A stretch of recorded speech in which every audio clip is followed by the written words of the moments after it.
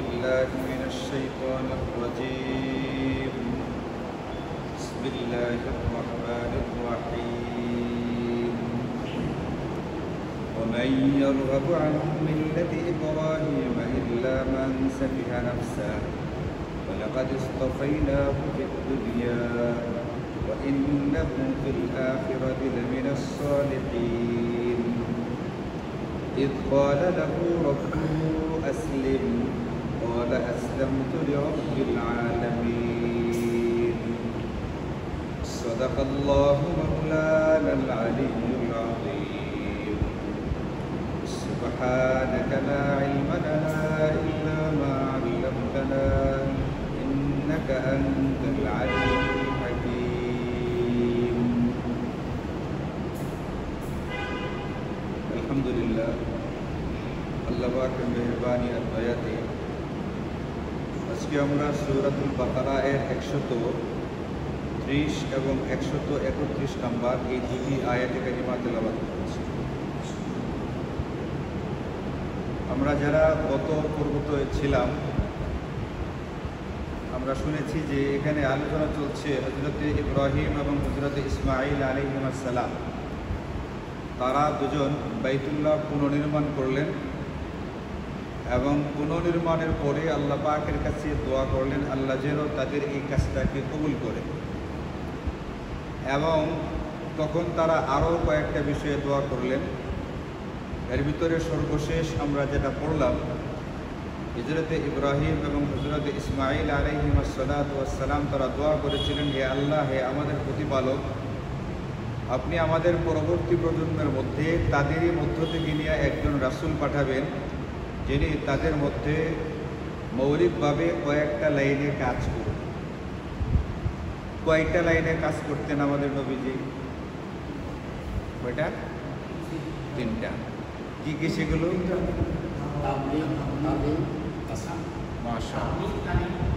আপনি বলছেন তাবলীগ, তালিম, তাসকিয়া, তিনটা লাইনে। মাশাআল্লাহ, অন্তত দুই একজনের যে মনে আছে এটাও তো একটা বিরাট একটা সফলতার ব্যাপার। একটা এটাও আমাদের এটা মানে তাফসীরটা যে সার্থক হওয়ার একটা লক্ষণ বা নিদর্শন।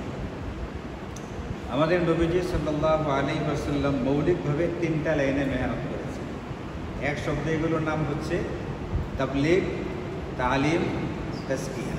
এই যে তিনটা লাইনে কাজ করছেন, তাবলীগ, তালিম, তাসকিয়া, এই তিনটা জিনিস কুরআনুল কারীমের একটা আয়াতের মধ্যে আছে।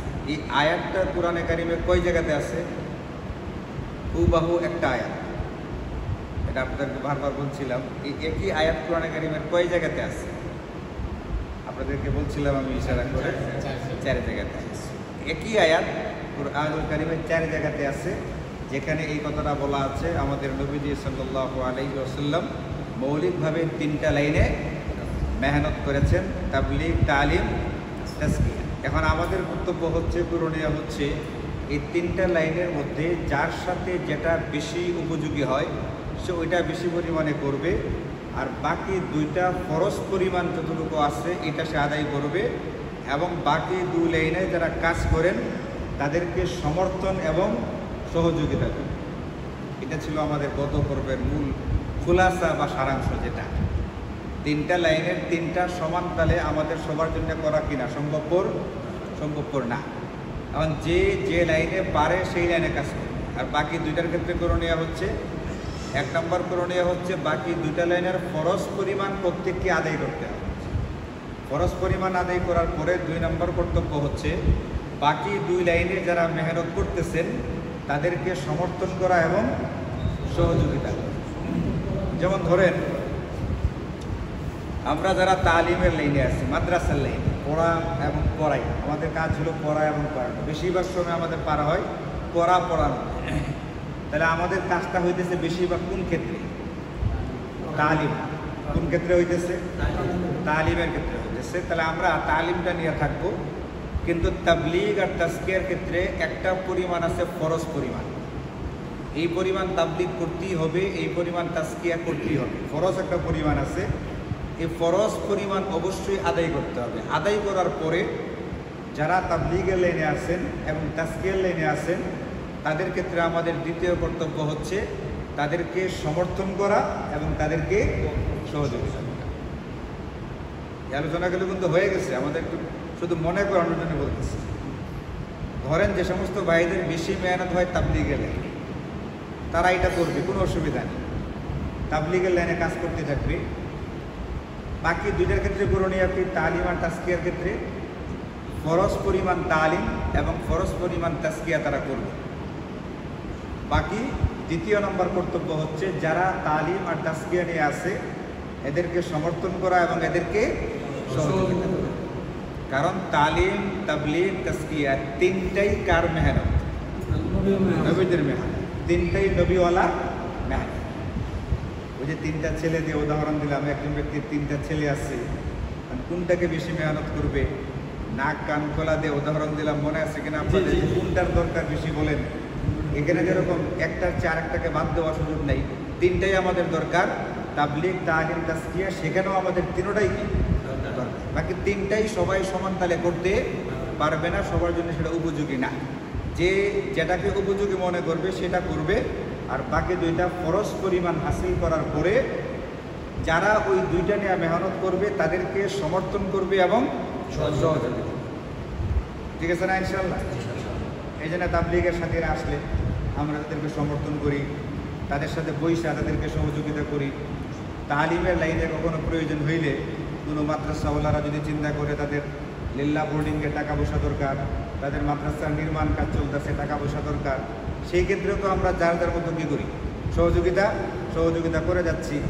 আমরা যদি শুনি যে শহরে কোনো পীর, কোনো আল্লাহওয়ালা বুজুর্গ আসছেন, তিনি কথা বলবেন, যেমন কিছুদিন আগে কোথায় আসছিলেন?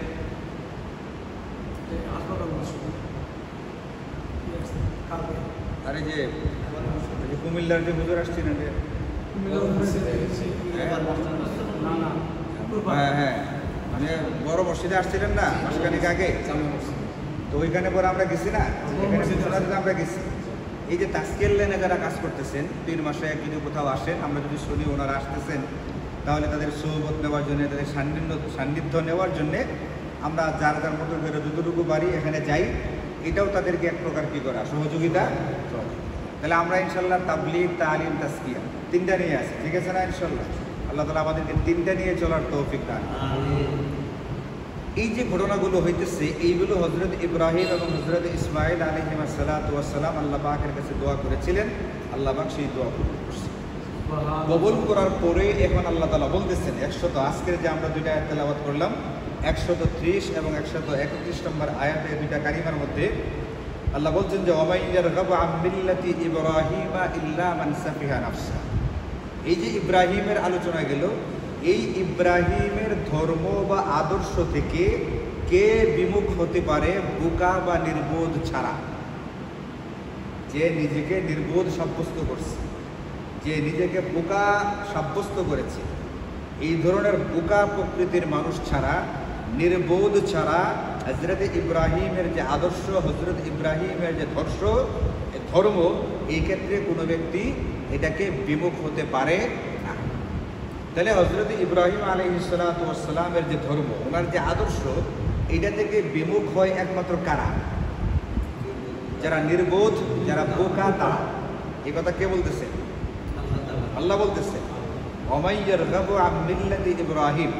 ইব্রাহিমের আদর্শ বা ধর্মের ব্যাপারে বিমুখ শুধুমাত্র তারাই হয় ইল্লা মান সাফিহা নাফসা, যারা নাকি নির্বোধ এবং বোকা। আল্লাহ বলছেন এইটা। সুতরাং পৃথিবীর মানুষগুলো যদি নিজেকে বুদ্ধিমান সাব্যস্ত করতে চায়, জ্ঞানী সাব্যস্ত করতে চায়, তাহলে এই পৃথিবীর মানুষগুলোর কর্তব্য হচ্ছে, করণীয় হচ্ছে সাইয়্যিদুনা হযরত ইব্রাহিমের ধর্ম এবং হযরত ইব্রাহিমের আদর্শকে অনুসরণ করা। এখন সাইয়্যিদুনা হযরত ইব্রাহিমের আদর্শ কী ছিল, ধর্মটা কী ছিল, এটা পরের আয়াতে আল্লাহ তাআলা পরিষ্কার বলে দিবেন। এখানে আল্লাহ বলছেন ইব্রাহিমের যে ধর্ম বা আদর্শ, এটাকে কেন অনুসরণ করতে হবে? অনুসরণ এই জন্য করতে হবে যে উনি এই ধর্মটাকে অনুসরণ করার মধ্য দিয়া আল্লাহ পাকের কাছে এতটাই সম্মানিত এবং মর্যাদার অধিকারী হয়েছেন যে আল্লাহ তাআলা দুনিয়াতেও তাকে ওয়ালাকাদ ইসতাফাইনাহু ফিদ দুনিয়া, আল্লাহ বলেন যে দুনিয়াতে আমি তাকে মর্যাদা এবং সম্মানের জন্য বাছাই করে নিয়েছি ওয়া ইন্নাহু ফিল আখিরাতি লামিনাস সালিহিন, আর অবশ্যই পরকালে সে হবে সৎ কর্মশীলদের অন্তর্ভুক্ত। হযরত ইব্রাহিম আলাইহিস সালাতু ওয়াস সালাম যে ধর্ম এবং যে আদর্শের অনুসরণ করেছেন, এই ধর্ম আর আদর্শকে অনুসরণ করার মাধ্যমে তিনি দুনিয়াতেও আল্লাহ পাকের পক্ষ থেকে পুরস্কৃত হয়েছেন। আমরা এটা গত পর্বগুলোতে দেখে আসছি, পড়ে আসছি যে হযরত ইব্রাহিমের বেশ কয়েকটা পরীক্ষা নেওয়া হইল। আপনাদের যদি মনে থেকে থাকে, অগ্নিকুণ্ডে নিক্ষেপ করা, তার স্ত্রী পুত্রকে নির্জন মরুভূমিতে রেখে আসা, এই ধরনের অনেকগুলো পরীক্ষা গেছে। এই পরীক্ষাগুলোর পরে আল্লাহ পাক রেজাল্ট ঘোষণা করে তাকে পুরস্কৃত করেছিলেন, ইন্নী জাইলুকা লিন্নাসি ইমামা, আমি তোমাকে গোটা দুনিয়ার ইমাম বানায় দিয়েছি। গোটা পৃথিবীর মানুষ তাকে মানে, গোটা পৃথিবীর মানুষ তাকে সম্মান করে, তাকে মর্যাদা দেয়। অন্য ধর্মের যারা, এমনকি মক্কার মুশরিকরা পর্যন্ত হযরত ইব্রাহিমকে নিজেদের লোক বলে দাবি করে। মুশরিকরা এতটাই সম্মানিত আল্লাহ পাক করেছেন, এতটাই গ্রহণযোগ্যতা আল্লাহ তাআলা দুনিয়াতে দিয়ে দিচ্ছে। তাহলে এক তো হচ্ছে তিনি পৃথিবীতে আল্লাহ পাকের পক্ষ থেকে সম্মান এবং মর্যাদার জন্য মনোনীত হয়েছেন, আর দ্বিতীয়ত আল্লাহ তাআলা পরকালের ব্যাপারটা কুরআনুল কারীমে ঘোষণা দিয়ে দিয়েছেন, ওয়া ইন্নাহু ফিল আখিরাতি লামিনাস সালিহিন। হযরত ইব্রাহিম পরকালে, ফিল আখিরাতি পরকালে নেককার বা সৎকর্মশীলদের অন্তর্ভুক্ত বলে গণ্য হবে। আল্লাহ তাআলা ঘোষণা দিয়েছেন তিনি পরকালের বিবেচনায়, পরকালের আদালতে আল্লাহ পাক তাকে সৎকর্মশীল হিসাবে ঘোষণা দিবেন। কি অলরেডি কি করছেন? দিয়া দিচ্ছেন। যাকে সৎকর্মশীল হিসাবে ঘোষণা দেয়া দিচ্ছেন, তিনি কোথায় যাচ্ছেন? জান্নাতে যাচ্ছেন। তো তিনি যেহেতু জান্নাতে যাচ্ছেন, যে ধর্ম এবং যে আদর্শের অনুসরণ কইরা, ও দুনিয়ার মানুষ তোমাদের কর্তব্য করণীয় হচ্ছে সেই ইব্রাহিমের ধর্ম এবং আদর্শের অনুসরণ করো, তাহলে তোমরাও কি হইতে পারবা? জান্নাতি হতে পারবা, তোমরাও সৎকর্মশীল হতে পারবা। এবং হযরত ইব্রাহিম আলাইহিস সালাতু ওয়াস সালামকে যেরকম দুনিয়াতে মর্যাদা এবং সম্মানের সুযোগ দেওয়া হয়েছে, তোমাদেরকেও দুনিয়াতে সম্মান আর কি দেওয়া হবে, মর্যাদা দেওয়া হবে। এখন এর পরেও যদি কেউ হযরত ইব্রাহিমের আদর্শ এবং ধর্মের অনুসরণ না করে, তাহলে এই লোক কি বোকা না বুদ্ধিমান? বোকা। এই জন্য আল্লাহ বলছেন হযরত ইব্রাহিমের আদর্শ থেকে বিমুখ সেই ব্যক্তি হতে পারে যে নাকি নির্বোধ এবং বুঝছেন জিনিসটা। হযরত ইব্রাহিম যে ধর্ম আর যে আদর্শ অনুসরণ করার কারণে আল্লাহ পাক তাকে দুনিয়াতে মর্যাদা দিয়েছেন এবং পরকালে তাকে অলরেডি সৎকর্মশীল ঘোষণা দিয়ে জান্নাতের অধিকারী করে দিচ্ছেন। এখন যারা এই ধর্মের অনুসরণ করবে, তারাও তো কি হবে? সৎকর্মশীল হবে এবং জান্নাতের অনুসরণ অধিকারী হবে। এখন এটা জানার পরেও যদি কেউ হযরত ইব্রাহিম আলাইহিস সালাতু ওয়াস সালামের আদর্শ এবং ধর্মের অনুসরণ না করে, তাহলে সে বোকা হইছে না হইছে না? এটাই আল্লাহ বলছেন। এখন পরের আয়াতে আল্লাহ তাআলা বলতেছেন সেই ধর্ম বা আদর্শটা কি, সেটা হচ্ছে আল্লাহ বলছেন, ইদ ক্বালা লাহু রাব্বুহু আসলিম। ও দুনিয়ার মানুষ পাঠক, তুমি স্মরণ করো সেই সময়কার কথা যখন তার প্রতিপালক তাকে বলেছিলেন, আসলিম, তুমি ইসলাম গ্রহণ করো, তুমি পরিপূর্ণরূপে আল্লাহ পাকের সামনে আত্মসমর্পণ করো। এটা আল্লাহ পাক কাকে বলেছিলেন? হযরত ইব্রাহিম আলাইহিস সালাতু ওয়াস সালামকে বলেছিলেন, আপনি আপনার প্রতিপালকের সামনে আত্মসমর্পণ করুন, সম্পূর্ণরূপে নিজেকে সঁপে দিন আল্লাহ পাকের হুকুমের সামনে। তখন ক্বালা, হযরত ইব্রাহিম আলাইহিস সালাতু ওয়াস সালাম বলেছিলেন, আসলামতু লিরাব্বিল আলামিন, আমি জগৎ সমূহের প্রতিপালকের সামনে আত্মসমর্পণ করলাম। তাহলে ইব্রাহিম আদর্শ যেটা, ইব্রাহিমী ধর্ম যেটা, ওটার নাম হচ্ছে কি? আসলিম, মানে এটা ইসলাম শব্দ থেকে নেওয়া। ইসলাম মানে হচ্ছে আত্মসমর্পণ করা, নতশির হওয়া, বিনা বাক্য বেয়ে আল্লাহ পাকের বিধিবিধানগুলোকে মেনে নেওয়া।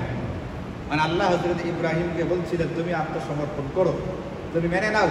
তা হযরত ইব্রাহিমের ব্যাপারে আল্লাহ বলছেন, এই কথা বলবার পরে তিনি এটা বলেন না, ও আল্লাহ, আমি আপনার হুকুমকে মেনে নিলাম। তিনি বললেন, আসলামতু লিরাব্বিল আলামিন, জগৎ সমূহের প্রতিপালক যিনি, ওই আল্লাহর বিধানের সামনে আত্মসমর্পণ করলাম। এই বিধানটা ইব্রাহিমী ধর্ম যেটা, ইব্রাহিমী আদর্শ যেটা, এটা হচ্ছে ইসলাম। এটা নাম হলো কি? ইসলাম শব্দের শাব্দিক অর্থই হচ্ছে বিনা স্বার্থে। বিনা শর্তে, বিনা দ্বন্দ্বে, বিনা দ্বিধায় আল্লাহ পাকের বিধানকে মেনে নেওয়া। এখানে কোনো শর্ত থাকতে পারবে না, এখানে কোনো স্বার্থ থাকতে পারবে না, এখানে কোনো সন্দেহ সংশয় থাকতে পারবে না। কোনো রকমের সন্দেহ সংশয় ছাড়া, কোনো রকমের দ্বিধা দ্বন্দ্ব ছাড়া, কোনো রকমের স্বার্থ এবং শর্ত ছাড়াই আল্লাহ পাকের বিধানকে মেনে নেওয়ার নাম হচ্ছে ইসলাম। এইভাবে যে ইসলামকে গ্রহণ করতে পারবে এই ব্যক্তিকে দুনিয়াতেও আল্লাহ তাআলা মর্যাদার অধিকারী করবেন। এই ব্যক্তি মারা যাওয়ার পরেও সৎকর্মশীলদের অন্তর্ভুক্ত হবে এবং সে অনিবার্য রূপে জান্নাতের অধিকারী। এখন আমাদের অসুবিধা হচ্ছে এটা, আমরা এইভাবে ইসলাম কবুল করতে পারি না। আল্লাহ তো বলছেন ইব্রাহিমের ধর্ম বা আদর্শকে গ্রহণ করো, আমরা হযরত ইব্রাহিমের মতো পারি না। একটা হচ্ছে আমরা শরীয়তের সমস্ত বিধিবিধানের সামনে আত্মসমর্পণ করিনি, আমরা সব মানি না। কুরআনুল কারীমে ইহুদি এবং নাসারাদেরকে লানত করা হয়েছে যে কয়েকটা কারণে, এর ভিতরে একটা হচ্ছে এটা, এরা কিছু কিছু বিষয়কে মানত আর কিছু কিছু বিষয়কে অস্বীকার করত। অনুমিনু বিবাদ ও নাকফুরু বিবাদ, তারা কিতাবের কিছু অংশ মানত আর কিছু অংশকে অস্বীকার করত। ইহুদি নাসারাদের স্বভাব ছিল এটা, যে বিধানগুলো তাদের মন মতো হইতো এইগুলোকে তারা মানত, আর যেগুলো মানতে কষ্ট হইতো এগুলো তারা কি করতো না। তো কিছু মানা আর কিছুকে ছেড়ে দেওয়া, এটার নাম ইসলাম কবুল করা না। ইসলাম কবুল করা হচ্ছে জিন্দেগির সকল ক্ষেত্রে, জিন্দেগির সকল বিষয়ে আল্লাহ পাকের বিধানকে মেনে নিতে। এটার নাম হচ্ছে ইসলাম। কিছু মানা হলো কিছু মানা হলো না, এটার নাম কি না, এটার নাম ইসলাম।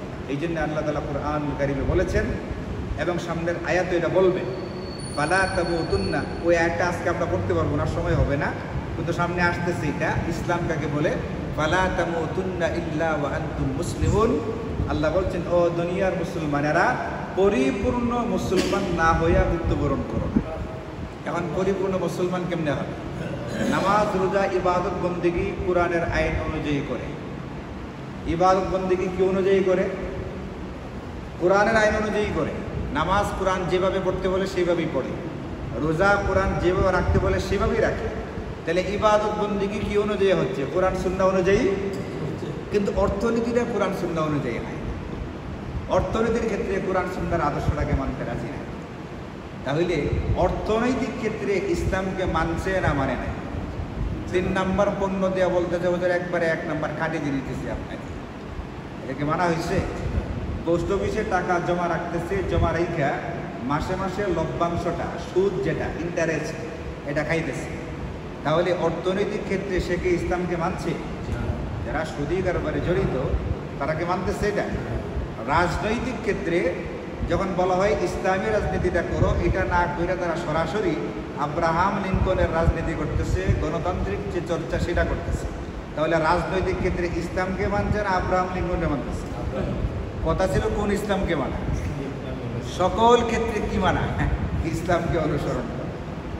পারিবারিক ক্ষেত্রে, পর্দার ব্যাপার ইত্যাদি ক্ষেত্রে শরীয়তের কিছু বিধিবিধান আছে। এই ক্ষেত্রে পরিপূর্ণভাবে ইসলামকে মানতে হবে। কর্মক্ষেত্র কার কোন জায়গাটা, পুরুষরা কোথায় কাজ করবে, পুরুষদের কর্মক্ষেত্র কোনটা, নারীরা কোথায় কাজ করবে, তাদের কর্মক্ষেত্র কোনটা, এই ব্যাপারে কুরআন এবং সুন্নাহর ভিতরে হেদায়েত আর নির্দেশনা দেওয়া আছে। এখন যদি কোনো নারী সেটা না মানে, কোনো পুরুষ যদি সেটাকে না মানে, তাহলে সেই ক্ষেত্রে সে কি ইসলামকে মানছে না মানে নেই? মানে নেই। মানে আল্লাহ বলছিলেন, যেটা করলে ইব্রাহিমী যে ধর্ম বা আদর্শটা মানলে তুমি দুনিয়াতেও মর্যাদার অধিকারী হবে, পরকালে সৎকর্মশীল হবে এবং এই কারণে তোমাকে জান্নাত দেওয়া হবে। ওটা করতে গেলে জিন্দেগির সকল ক্ষেত্রেই কাকে মানতে হবে? ইসলামকে। ইসলামকে মানতে হবে। কয়েক বছর আগে আমাদের দেশের একজন নেতার ভাস্কর্য তৈরি করার একটা বিরাট ব্যাপার দেখা যায়। সারা দেশে ভাস্কর্য তৈরি করতে শুরু করা হইল। যখন এটা নিয়ে আলোচনা সমালোচনা শুরু হইল, ওলামায়ে কেরাম, দিনদার মুসলমান, ধর্মপ্রাণ মুসলমান যখন প্রতিবাদ করতে শুরু করলেন, এইভাবে মুড়ে মুড়ে মূর্তি ভাস্কর্য স্থাপন করা এটা কিনা সমর্থনযোগ্য, তখন যারা এটা করতেছিল তাদের পক্ষ থেকে বিবৃতি দেওয়া হইল, আরে আপনারা মূর্তি আর ভাস্কর্যের সংজ্ঞাই বুঝেন না। মূর্তি বলে ওইটাকে যেটার ইবাদত করা হয়, পূজা করা হয়, আর আমরা যারা তৈরি করতেছি এটাকে বলে ভাস্কর্য। এটার পূজাও করা হবে না, এটার ইবাদত করা হবে না। কাজে মূর্তি আর ভাস্কর্যের মধ্যে কি আছে? পার্থক্য আছে। এইভাবে গোটা দেশবাসীকে ধর্মীয় ক্ষেত্রে বিভ্রান্ত করার চেষ্টা করা হয়েছে। অথচ মূর্তি বা ভাস্কর্য সেম জিনিস। এখানে শরীয়তে পূজা করা হোক বা না করা হোক এটা দেখা হয় নাই। দেখা হয়েছে এটাকে কোনো প্রাণীর ভাস্কর্য কিনা, যার ভিতরে প্রাণ থাকে এমন কোনো প্রাণীর ভাস্কর্য যদি হয়ে থাকে এটা শরীয়তে কি নিষিদ্ধ। কারণ এই ক্ষেত্রে তারা যে একটা অপব্যাখ্যা দিল, মানুষকে বিভ্রান্ত করার চেষ্টা করলো, এই ক্ষেত্রে তারা কি বিনা শর্তে ইসলামকে মানছে না মানে নাই? মানে নাই। তাহলে আমাদেরকে আল্লাহ মানতে বলছেন কোন ইসলাম? কিছু কিছু যেগুলো আমাদের পছন্দনীয় ক্ষেত্র, এইগুলোর ক্ষেত্রে ইসলামকে মানলাম, আর যে সমস্ত ক্ষেত্রে পছন্দনীয় না এই ক্ষেত্রে মানলাম না। তাহলে আমরা কি ইব্রাহিমী আদর্শ মধ্যে আছি নাকি ইহুদি নাসারাদের আদর্শের মধ্যে আছি? ইহুদি নাসারাদের আদর্শটা কি? ওদের আদর্শটা কি? এরা পছন্দনীয় বিষয়গুলো মানতো, আর যেগুলো কঠিন মনে হইতো এগুলো কি করতো না, এইগুলো তারা মানতো না। যেমন আমাদের যারা মুসলিম সমাজ, আমরা যারা নিজেদেরকে মুসলমান দাবি করি, আমাদের মধ্যেও যদি কেউ কেউ এমন থাকে ইবাদত বন্দেগীর ক্ষেত্রে ইসলামকে মানে, রাজনৈতিক ক্ষেত্রে ইসলামকে মানে না, নামাজ রোজার ক্ষেত্রে ইসলামকে মানে কিন্তু অর্থনৈতিক ক্ষেত্রে ইসলামকে মানে না, কুরবানির ক্ষেত্রে ইসলামকে মানে কিন্তু পর্দা প্রসিদের ক্ষেত্রে ইসলামকে মানে না, তাহলে আমাদের এই যে চর্চাটা, ইসলামের চর্চাটা, এটাকে হযরত ইব্রাহিমের সাথে সামঞ্জস্যশীল নাকি ইহুদি নাসারাদের সাথে মিল করে? ইহুদি নাসারাদের সাথে মিল করে। আল্লাহ বলছেন যে না, মানতে হবে কোনটা? মিল্লাতা ইব্রাহিম। ইব্রাহিমের যে আদর্শ, যে ধর্ম, যে নীতি, ওটা অনুসরণ করতে হবে। সেই জিদুনা হযরত ইব্রাহিম জিন্দেগির সকল ক্ষেত্রে ইসলামকে অনুসরণ করেছিলেন। কাজে আমাদেরকে যদি হযরত ইব্রাহিমের যে আদর্শ, ওনার যে ধর্ম, এটার মতো করে যদি চলতে হয়, আমাদের জিন্দেগির সকল ক্ষেত্রে ইসলামকে কি করতে হবে? অনুসরণ করতে হবে। যদি এমনটা কেউ না করে, তাহলে আল্লাহ পাকের ফতোয়ায়, আল্লাহ পাকের ঘোষণায় ইল্লা মান সাফিহা নাফসা, এই ব্যক্তি হচ্ছে নির্বোধ, এই ব্যক্তি হচ্ছে বোকা। এটা কে বলছেন? আল্লাহ তাআলা বলছেন। আল্লাহ যখন হযরত ইব্রাহিমকে বললেন, ইব্রাহিম তুমি ইসলাম গ্রহণ করো, আত্মসমর্পণ করো, ইব্রাহিম বললেন যে আসলামতু লিরাব্বিল আলামিন, আমি জগৎসমূহের প্রতিপালকের সামনে আত্মসমর্পণ করলাম। তো এর মানে কি তিনি আগে কি মুসলমান ছিলেন না? এই কথাটা বলার আগে আগেও ছিলেন। এই কথা বলার অর্থ হচ্ছে এটা, আমি আগেও ছিলাম, এখনো আছি। এমন না একটু বড় হয়ে গেছি, জ্ঞান বুদ্ধি হয়েছে, শক্তি বাড়ছে, কাজে আমি আগের থেকে এখন একটু পিছিয়ে গিয়া এখন আর এতটা মানতে রাজি না, মানতে পারবো না, এরকমটা না। আমি ইসলাম কবুল করলাম মানে হচ্ছে আগে যেটা গ্রহণ করেছিলাম আমি সেটা বুঝে শুনেই গ্রহণ করেছি, এবং সেই গ্রহণের উপরেই এখনো আছি, এবং মৃত্যু পর্যন্ত ইনশাআল্লাহ এটার উপরেই থাকবো।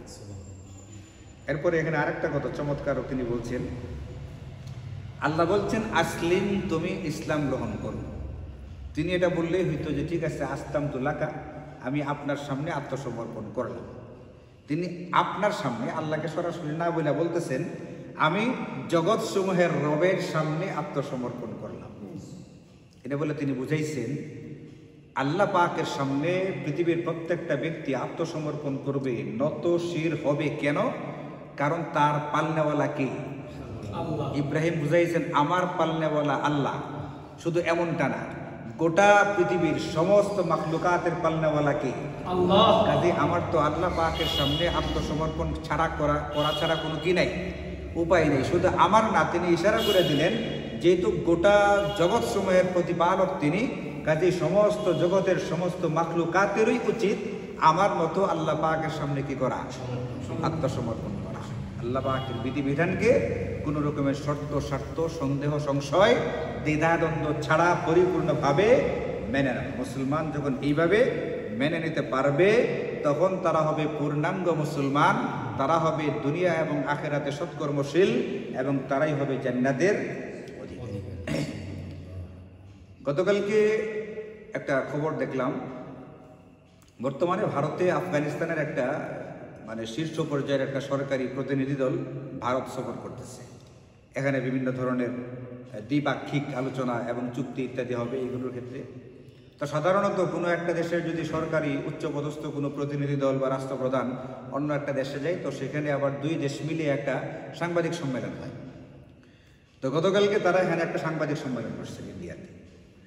তো সাংবাদিক সম্মেলনে আফগানিস্তানের যিনি অতিথি, আফগানিস্তানের যে মেহমান, তিনি হচ্ছেন আফগানিস্তানের পররাষ্ট্রমন্ত্রী। উনি বলছেন আমার সাংবাদিক সম্মেলনে কোনো নারী থাকতে পারবে না, বেপর্দা কোনো নারী। এবং তিনি এতটাই কঠোর ছিলেন যে সেখানে কোনো নারী সাংবাদিক প্রবেশ করতে পারেও না। কোন দেশে এটা? আর সাংবাদিক সম্মেলনটা কোথায় হইতেছে? ইন্ডিয়াকে মুসলিম দেশ না ইহুদি দেশ? ইহুদি দেশ কেমন এটা? ওরা হিন্দু মুসলিম দেশ। এটা কি ইসলামী রাষ্ট্র না ধর্ম নিরপেক্ষ রাষ্ট্র? এটা কোনো ধর্মীয় রাষ্ট্র না, একটা ধর্ম নিরপেক্ষ রাষ্ট্র। আপনারা জানেন কিনা এটা? হিন্দুস্তান কিন্তু হিন্দু ধর্মীয় রাষ্ট্র না। হিন্দুস্তান হচ্ছে কি ধর্ম নিরপেক্ষ রাষ্ট্র, যেখানে কোনো ধর্মকে প্রাধান্য দেওয়া হবে না, যার যার মতো করে ধর্ম সে পালন করবে। এমন একটা দেশে যেখানে নারীদেরকে, এত বিশাল একটা রাষ্ট্র যারা নাকি পারমাণবিক শক্তিধর, পারমাণবিক অস্ত্র আছে, আফগানিস্তানের কাছে আছে। আফগানিস্তানকে এখনো বলতে গেলে বিশ্বের কোনো দেশ পরিপূর্ণভাবে স্বীকৃতি দেয় না এখন। এমন একটা রাষ্ট্রের অতিথি বলছে আমার সাংবাদিক সম্মেলনে কোনো নারী কি করতে পারবে না, থাকতে পারবে না, ছিলই না। কারণ তিনি ইসলামকে যেভাবে মানার সেইভাবে কি করার চেষ্টা করছে। রাষ্ট্রীয় বিধান, অন্য দেশের ব্যাপার, আন্তর্জাতিক ব্যাপার, জাতীয় বিষয়, এইগুলোর ক্ষেত্রে কিছু ছাড় দিতে হবে, কিছু ইসলামকে রাখতে হবে, কিছু বাদ দিয়ে দিতে হবে, এটা তার মানে নেই না। তো এটা নিয়ে বিরাট সমালোচনা, গোটা বিশ্বব্যাপী সমালোচনা হইল। তারপরে ইন্ডিয়ার কাছ থেকে জবাব চাওয়া হলো এই ব্যাপারে। তারা বলছে আমাদের কিছু করার ছিল না। এরা এতটাই নীতির উপরে অটল, ইসলামের উপরে এতটাই দৃঢ় যে এখানে হিন্দুস্তানেরও সুযোগ ছিল না এই কথা বলার যে আমাদের নারী সাংবাদিকেরা এখানে আসলে হয়তো বা অতিথি সাংবাদিক সম্মেলন করলোই না। যদি সাংবাদিক সম্মেলন না করতো তাহলে অসুবিধা হইতো এটা, তখন হিন্দুস্তানের বদনাম হইতো। আফগানিস্তানের মেহমানদেরকে ডাইকে আইনা তাদেরকে যথাযথ মর্যাদা দেয় না, তাদের আতিথেয়তা করে নেয়, এই জন্য তারা চোরও করতে পারেনি। এখন কেউ যদি ইসলামের উপরে অটল অবিচল থাকতে চায় তাহলে কি পারে না? পারে না, পারে। অথচ দেখেন আমাদের দেশের একটা ইসলামী রাষ্ট্রের নেতা, গতকালকে আমি দেখলাম, গতকালকেরই ঘটনা, সে আমাদের দেশের একটা ইসলামী দলের দ্বিতীয় প্রধান নেতা, ইনি নিজেকে দাবি করতেছেন আমি এখন আন্তর্জাতিক নেতা, জাতিসংঘে গেছি, আমার সঙ্গে বিভিন্ন দেশের রাষ্ট্রদূতেরা এখন কি করে, 5 আগস্টের পরে তো সব দলের নেতারই তখন কি হয়ে গেছে, বড় বড় নেতা হয়ে গেছে। আগে তো নেতা ছিল খালি একটা দলের নেতা না, পাত্তা পাইতো খালি কারা, একটা দলের। 5 আগস্টের পর সব দলের নেতারই কি হয়ে গেছে, নেতা হয়ে পলাই গেছে, নেতা হয়ে গেছে, পলাইছে তো খালি একটা দল, আর বাকি সবাই এখন কি, এখন সে বলতেছে আমি এখন আন্তর্জাতিক নেতা, আমার সাথে অমুক দেখা করতে আসে, তমুক দেখা করতে আসে। তো এখানে উনি বলতে বলতে এমন কি একটা মিটিংয়ের কথা বলেছে যেখানে মেয়র আছে, উনি আবার নিজেই বলতেছে আপনারা কিন্তু আবার এটা নিয়ে প্রশ্ন করবেন না, কারণ এখানে মেয়েদের সাথে আমাদের যে বৈঠক করতে হয়েছে এটা হয়েছে অনেকগুলো জাতীয় বিষয় ছিল, অনেকগুলো আন্তর্জাতিক বিষয় ছিল, এইগুলো করতেই হবে, এগুলো না করলে হবে না। পার্থক্যটা বুঝছেন? আফগানিস্তানের নেতা যেখানে সে বাধ্য ছিল হিন্দুস্তানের আইনটা মানতে, সেইখানে তিনি হিন্দুস্তানকে তার কথা মানাইতে বাধ্য করছে। আর আমাদের দেশে আমরা কি কারো কথা মানতে বাধ্য? স্বাধীন রাষ্ট্রে, মুসলিম রাষ্ট্রে আমি কোনো নারীর সাথে বৈঠক করতে চাই না, এটা যদি করে তার কি জেল জরিমানা হবে? সে জাতীয় দোহাই দিয়ে, আন্তর্জাতিক দোহাই দিয়ে মেয়েদের সাথে মিটিং করতেছে, আবার করতেছে ইসলামী রাজনীতি, দেশে ইসলাম কায়েম করবে। নিজের মধ্যেই যদি ইসলাম না থাকে, এ ব্যক্তি আবার পরিবারের মধ্যে, এ ব্যক্তি সমাজের মধ্যে, এ ব্যক্তি রাষ্ট্রের মধ্যে ইসলাম কিভাবে প্রতিষ্ঠা করবে? এই জন্য ইসলাম প্রতিষ্ঠা করতে হবে সবার আগে কার মধ্যে? নিজের ব্যক্তির মধ্যে।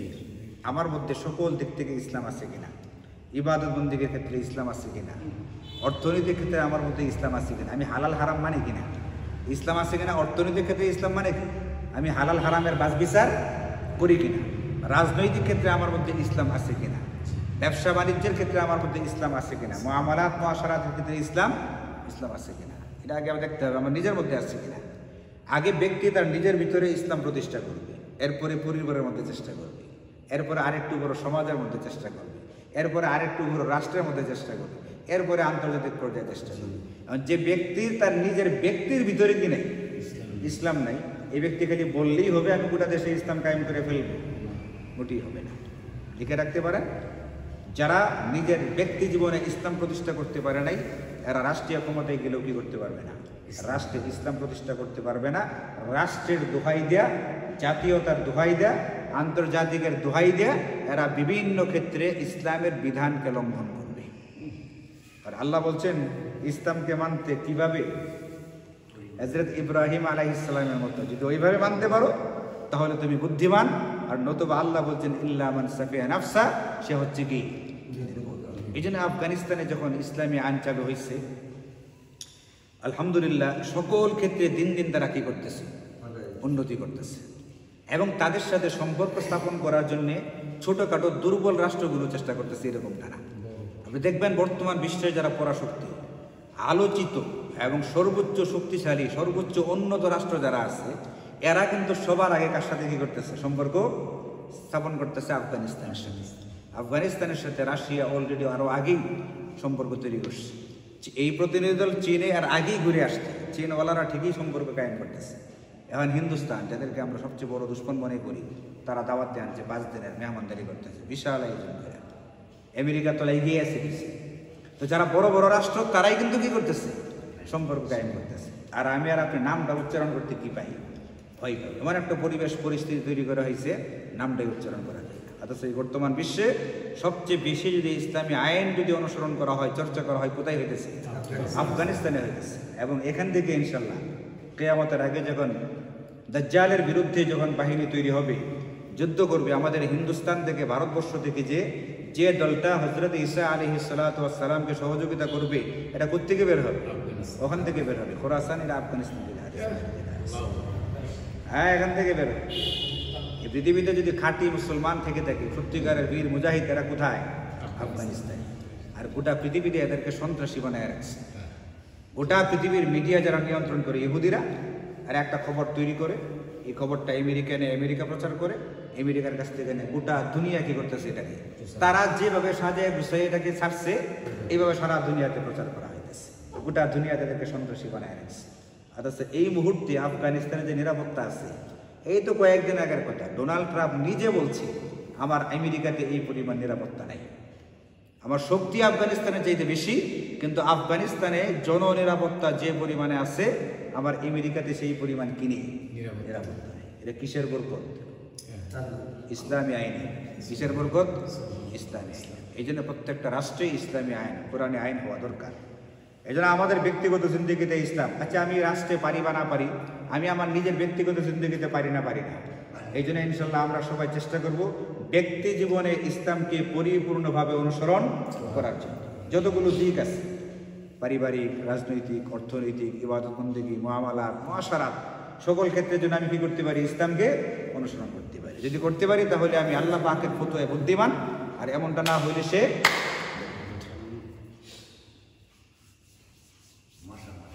ও আচ্ছা, আমি আরো মনে করছি কি ব্যাপার, আমেরিকা আফগানিস্তানকে আবার লেগে গেছে কিনা।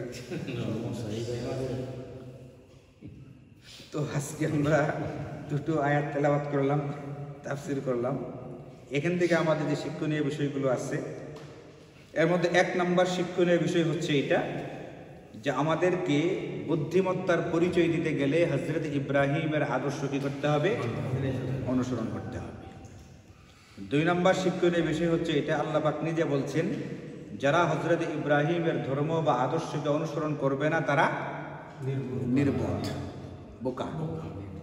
3 নম্বর শিক্ষণীয় বিষয় হচ্ছে হযরত ইব্রাহিম আলাইহিস সালাতু ওয়াস সালামের ধর্ম এবং আদর্শ যে অনুসরণ করবে, আল্লাহ পাক তাকে দুনিয়াতেও মর্যাদার অধিকারী করবেন, এবং আল্লাহ পাক তাকে পরকালে সৎকর্মশীলদের অন্তর্ভুক্ত করে জান্নাতের অধিকারী করবেন। 4 নম্বর শিক্ষণীয় বিষয় হচ্ছে আল্লাহ বলছেন তোমরা ইব্রাহিমের সেই ঘটনাটা স্মরণ করো যখন তার প্রতিপালক তাকে আল্লাহ পাকের সামনে আত্মসমর্পণ করতে বলেছিলেন, তখন তিনি রব্বুল আলামিনের সামনে পরিপূর্ণভাবে আত্মসমর্পণ করেছিলেন। এই ঘটনা আল্লাহ পাক আমাদেরকে শোনাচ্ছেন এই জন্যে যে আমরাও যাতে করে জিন্দেগির সকল ক্ষেত্রে আল্লাহ পাকের বিধিবিধানের সামনে কি করি, আত্মসমর্পণ করি। আল্লাহ তাআলা আমাদের সকলকে এগুলোর উপর আমল করার তৌফিক দান করুন। এখানে একটা কথা, যে আমাদেরকে যে বারবার বলা হচ্ছে ইব্রাহিমের ধর্ম এবং আদর্শকে মানো, তা আমাদের তো মানার কথা মোহাম্মদ সাল্লাল্লাহু আলাইহি সাল্লামের ধর্ম আর আদর্শ, তাই না? ইব্রাহিমেরটা কেন বলা হচ্ছে? মনের ভিতরে বসরা ঘুরপাক খেতেছে, তাই না? এটা কথা হচ্ছে আমাদের যে ধর্মটা আদর্শটা নবীজি সাল্লাল্লাহু আলাইহি সাল্লাম যেটা নিয়ে আসছেন, এটার মৌলিক ক্ষেত্রে পুরাপুরি মিল আছে হযরত ইব্রাহিমের ধর্মের সাথে, এবং শাখাগত ক্ষেত্রে অন্য নবীদের সাথে অনেক ক্ষেত্রে ব্যবধান থাকলেও হযরত ইব্রাহিমের শরীয়তের ক্ষেত্রে প্রায় বেশিরভাগ ক্ষেত্রেই মৌলিক ক্ষেত্রেও মিল আছে, শাখাগত ক্ষেত্রেও কি আছে? মিল আছে। এই জন্য আল্লাহ বলছেন ইব্রাহিমের ধর্ম মানেই আমাদের নবীজির ধর্ম এটা। কারণ আমাদের ধর্মটা কোন ধর্মের সাথে মিল পড়ে? হযরতে ইব্রাহিমের ধর্মের সাথে মিল পড়ে। তাওহীদের ক্ষেত্রে, ইসলামের ক্ষেত্রে, আখিরাতের ক্ষেত্রে যেহেতু হযরত ইব্রাহিমের ধর্মের সাথে পুরাপুরি মিল আছে, এই জন্য বলতেছেন ইব্রাহিমের ধর্ম। তাহলে ইব্রাহিমের ধর্ম মানে হলো কোনটা? আমাদের নবীজির ধর্ম। কারণ আমাদের নবীজির ধর্মটা কার সাথে মিল রেখে দেওয়া হয়েছে? ইব্রাহিমের ধর্মের সাথে মিল রেখে দেওয়া হয়েছে। এখন তো আর ঘুরপাক খাইতেছে না, ঠিক আছে তো?